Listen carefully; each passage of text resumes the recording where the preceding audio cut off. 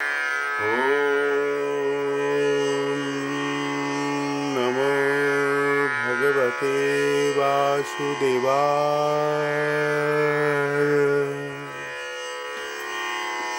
ॐ नमो भगवते वासुदेवाय।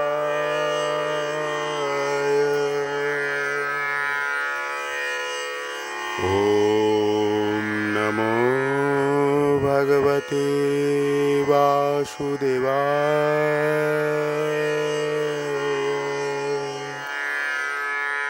एकादशी माहात्म्य। পদ্মিনী একাদশী।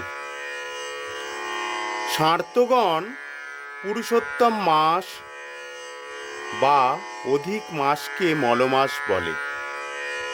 এই মাসে সমস্ত শুভ কার্য পরিত্যাগ করে থাকেন, কিন্তু ভগবান শ্রীকৃষ্ণ এই মাসকে পারমার্থিক মঙ্গলের জন্য অন্য সকল মাস থেকে সর্বশ্রেষ্ঠ বলে নির্ণয় করেছেন। তিনি নিজের নামানুসারে এই মাসের নাম পুরুষোত্তম মাস রেখেছেন। যুধিষ্ঠির মহারাজ বললেন, হে জনার্দন, আমি বহু ধর্ম ও ব্রতের কথা শুনেছি। এখন পুরুষোত্তম মাসের সর্বপাপ বিনাশিনী ও পুণ্যদায়িনী শুক্লপক্ষিয়া পদ্মিনী একাদশীর কথা আমার কাছে বর্ণনা করুন, যা শ্রবণ করলে পরম পদ প্রাপ্ত হওয়া যায়। শ্রী ভগবান শ্রীকৃষ্ণ বললেন, দশমীর দিন থেকেই ব্রতের শুরু হয়।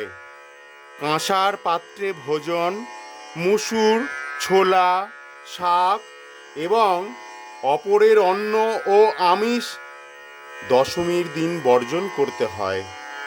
পরের দিন প্রাতকৃত্যের পর সুগন্ধি ধূপ দীপ চন্দনাদি দিয়ে ভগবানের পূজা করতে হয়। রাত্রিতে জাগ্রত থেকে ভগবানের নাম গুণ কীর্তন করতে হয়। এখন এই ব্রতের একটি ইতিহাস আপনার মনোরঞ্জনের জন্য বলছি। পূর্বে পুলস্ত্য মুনি দেবর্ষি নারদকে এই ইতিহাসের বর্ণনা করেছিলেন। এক সময় রাজা কার্তবীর্য লঙ্কাপতি রাবণকে পরাজিত করে তাঁর কারাগারে বন্দী করে রাখে। পুলস্ত্য মুনি রাজার কাছে রাবণের মুক্তি প্রার্থনা করেন।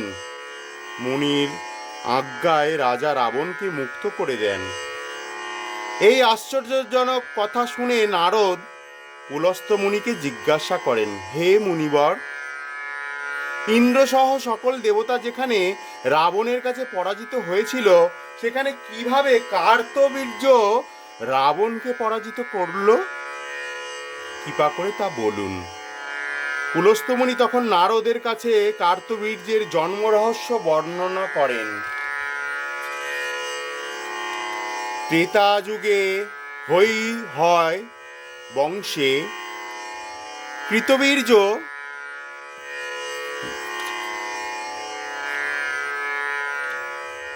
নামে এক রাজা ছিলেন।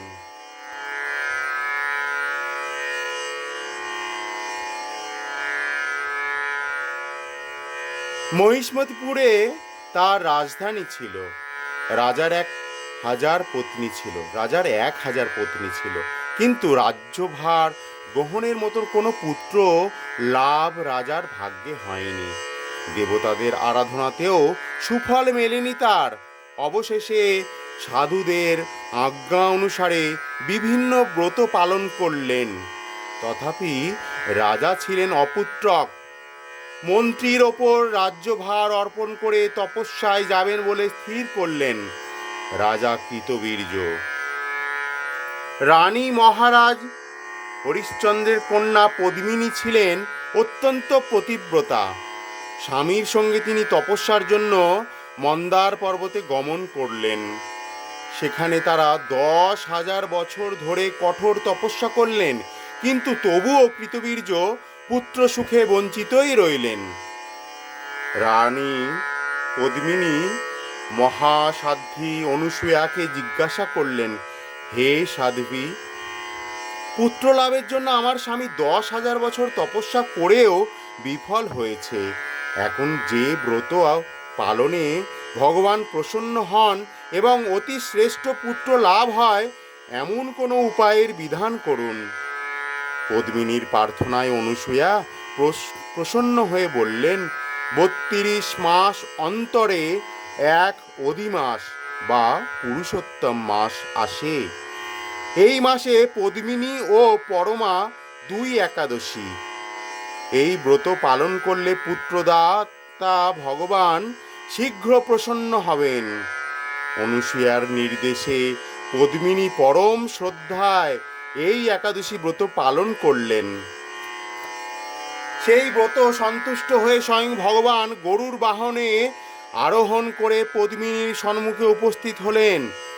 ভগবান বললেন, হে ভদ্রে, আমি প্রসন্ন হয়েছি।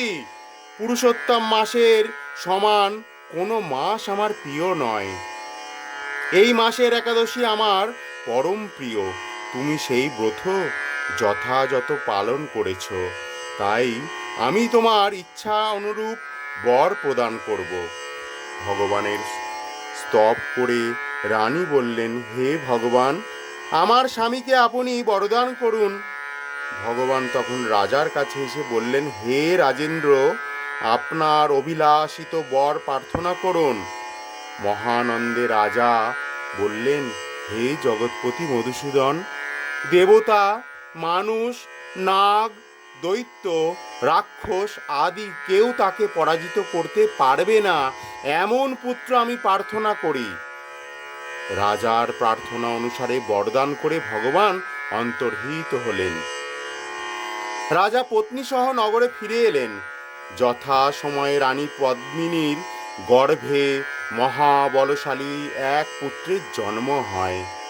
মহারাজ কৃতবীর্য পুত্রের নাম রাখেন কার্তবীর্য। তিলকে তার সমান কোনো বীর ছিল না, তাই দশানন রাবণ যুদ্ধে তার কাছে পরাজিত হয়। শ্রীকৃষ্ণ বললেন, হে মহারাজ, এই ব্রত যিনি পালন করবেন তিনি ভগবান শ্রীহরির পাদপদ্মে অহৈতুকী ভক্তি লাভ করবেন। শ্রীকৃষ্ণের উপদেশে ধর্মরাজ সপরিবারে এই একাদশী পালন করেন। যিনি এই ব্রত মাহাত্ম্য পাঠ ও শ্রবণ করেন তিনি বহু পুণ্য লাভ করেন। জয় পদ্মিনী একাদশীর জয়, জয় জয় পদ্মিনী একাদশীর জয়, জয় জয় পদ্মিনী একাদশীর জয়। হরে কৃষ্ণ কৃষ্ণ কৃষ্ণ হরে হরে, হরে রাম রাম রাম হরে হরে। জয় শ্রীকৃষ্ণ ভগবানের জয়, জয় শ্রী মহাপ্রভুর জয়, জয় পুরুষোত্তম ভগবানের জয়, জয় পুরুষোত্তম মাসের জয়।